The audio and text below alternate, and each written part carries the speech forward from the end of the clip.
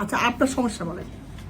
আমার সমস্যা হচ্ছে আমার পিরিয়ড মিস গেছে, মানে আপনি তো বাচ্চা চাচ্ছেন, কতদিন ধরে ট্রাই করতেছেন? 3 মাস ধরে, লাস্ট 3 মাস। এর আগে আপনার কন্ডম মিস করছেন, জি।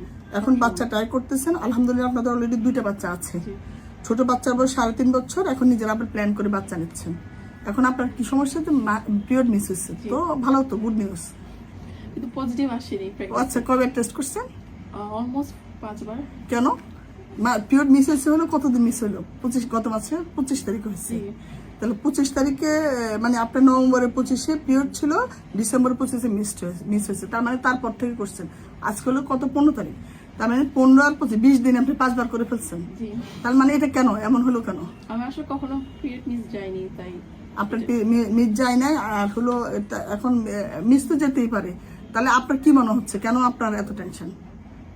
আমি আসলে মনে হয় আমি ভিতরে টেনশন করি, আমি এটা বুঝিও না আসলে মনে হয়, কারণ 1 বছর আগেও আমার খুব মাথা ঘুরাইতো। যখন আমি ডক্টরের কাছে গিয়েছি, উনি বলছে আমার অ্যাংজাইটি আছে মনে হয়, কিন্তু আমি জানি যে আমি কিছু নিয়ে অত টেনশন। আপনি জানেন যে আপনি কনফিডেন্ট, আপনার কোনো সমস্যা নেই, কিন্তু আপনার এখন মাথা ব্যথার কারণ হলো কেন পিরিয়ড মিস হওয়ার পর কনসেপ্ট কেন হলো না, তাহলে মিস কেন হলো, এটাই তো আমার কাছে প্রশ্ন। আচ্ছা, এখন আমি আপনাকে একটা কথা বলি, আমরা মানুষ যারা, আমাদের ইমোশন একটা জিনিস আছে, তাই না? মনের চিন্তা, ইমোশনের যে টেনশন, আমাদের সকল কিছু কিন্তু ব্রেন দ্বারা নিয়ন্ত্রিত হয়। এই যে ডিম্বাশয়ের ডিম যে তৈরি হয়, সেটা কিন্তু ব্রেনের হাইপোথ্যালামাস থেকে FSH-LH হরমোন, একটা হরমোন আসে, যেটা হাইপোথ্যালামাস থেকে এসে আমাদের ব্রেন থেকে পিটুইটারি হরমোন থেকে FSH-LH নিঃসৃত করে, সেটা আবার ডিম্বাশয়ের উপরে কাজ করে, আমাদের ডিমটাকে বড় করে। তার মানে আপনার ব্রেনের চিন্তা, ব্রেন যদি অন্য কিছুতে এঙ্গেজ থাকে, টেনশন থাকে, তখন কিন্তু হরমোনের ফ্লাকচুয়েশন হয়, তখন ডিমটা ঠিকমতো তৈরি হয় না। তা আপনি যদি একটা কম্পিউটার প্রোগ্রাম হতেন মানুষ, তাহলে একই ঘটনা রিপিটেডলি ঘটতো, কোনো ভুল হইতো না। কিন্তু এটা তো ইমোশন দ্বারা নিয়ন্ত্রিত হয়, ব্রেন দ্বারা নিয়ন্ত্রিত হয়, তাহলে আপনি টেনশন করলে বা এক্সটার্নাল যে কোনো ফ্যাক্টরে এটা কিন্তু চেঞ্জ হয়ে যাবে। সেজন্য আপনার ডিম আসতে একটু দেরি হতে পারে, এটাই নর্মাল। কিন্তু মানে যেহেতু আপনি হিউম্যান বিং, আপনি তো একটু কম্পিউটার না যে আপনার একই রকম হবে, তো এরকম কিছুদিন দেরি হলে এটা কোনো ভয়ের কোনো কারণ নেই। বরঞ্চ আপনার তো যেহেতু অলরেডি বাচ্চা 2টা আছে, আপনার মাসিক একটু অনিয়মিত হচ্ছে, টেনশনের কিছু না। আপনার প্রেগনেন্সি টেস্ট ঠিক আছে, 1 বার 2 বার করলেন, কিন্তু 1 বার 5 বার করা, এটা নিয়ে ডাক্তারের কাছে চলে আসা, আপনি তো আসলে আসবেন হলো 1 বছর পরে, মাত্র 3 মাস ট্রাই করছেন।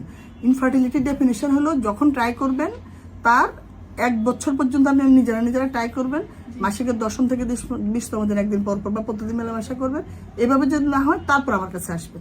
তো এখন আপনি এসে পড়ছেন, আমি আপনাকে রুটিন টেস্টগুলো দিলাম, ইচ্ছা হলে করতে পারেন এখন, অথবা ইচ্ছা হলে কিছুদিন পরেও করতে পারেন, কিন্তু আপনার আল্লাহর উপরে তাওয়াক্কুল করে ব্যাপারটাকে ছেড়ে দেন, দেখবেন 1 বছরে এমনি কনসেপ্ট করে গেছে। আচ্ছা ডক্টর, পিরিয়ড কত মাস মিস মানে গেলে আমি মনে করব এটা নরমাল?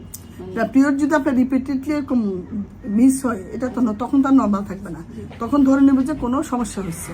হ্যাঁ, তখন কোনো সমস্যা হচ্ছে মনে করবো আমরা, তখন আর এটা নর্মালি থাকবেন, টেস্ট করবো, হরমোনাল কোনো ইমব্যালেন্স হলে করে দেখবো। এখন আপনি রুটিন টেস্টের মধ্যে আমরা থাইরয়েড, প্রোল্যাক্টিন, এগুলি তো কোনো ইমব্যালেন্স হয়েছে কিনা আমি একটু দেখি, তারপর আপনি, আমার মনে হয় আপনার কোনো সমস্যা নেই, পিরিয়ড হয়ে যাবে।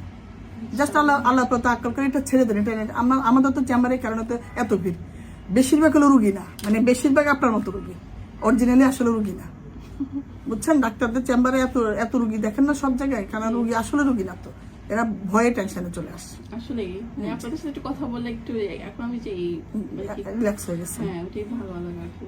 জি, ঠিক আছে, থ্যাংক ইউ।